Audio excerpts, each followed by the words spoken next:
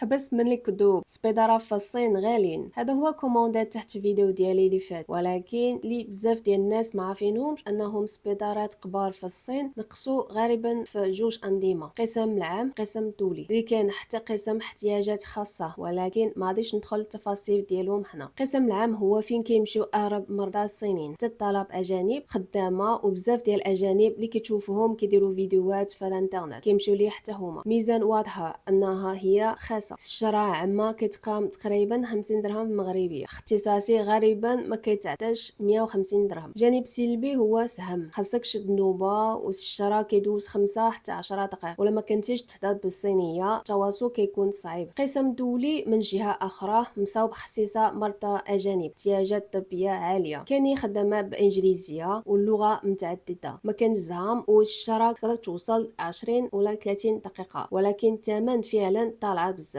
ميمكنش تعمل تامين صحي عمومي صيني قسم طولي، كلشي خاصك تخلص من جيبك. واجبات الشراء غالبا ما كيدا من 6 حتى 12 مرقته من قسم عام. تكليف صح طيبي كتوصل 8 حتى 12 مرقته. مثلا سبيطار جامعه بكين في شنجن عنده موقع بانجليزيه فين تقدر تشوف السيره ديال الاطباء قبل ما تمشي. واجبات الشراء كيطرحوا ما بين 700 و 1000 درهم مغربيه. في صح طيبي شامل قدر دار في سوايع، النتائج كتخرج من نفس النهار، الثمن كتوصل تقريبا من 5000 حتى 13000 درهم. ايوا واش السبيطار في الصين غاليين؟ كيبقى على حسب اختيار اللي غادي تختار. الا كنتي مهتم بالسياحه الطبيه في الصين خلي في كومونتير، نقدر ندير الفيديو بوحدو شرح فيه هادشي التفاصيل.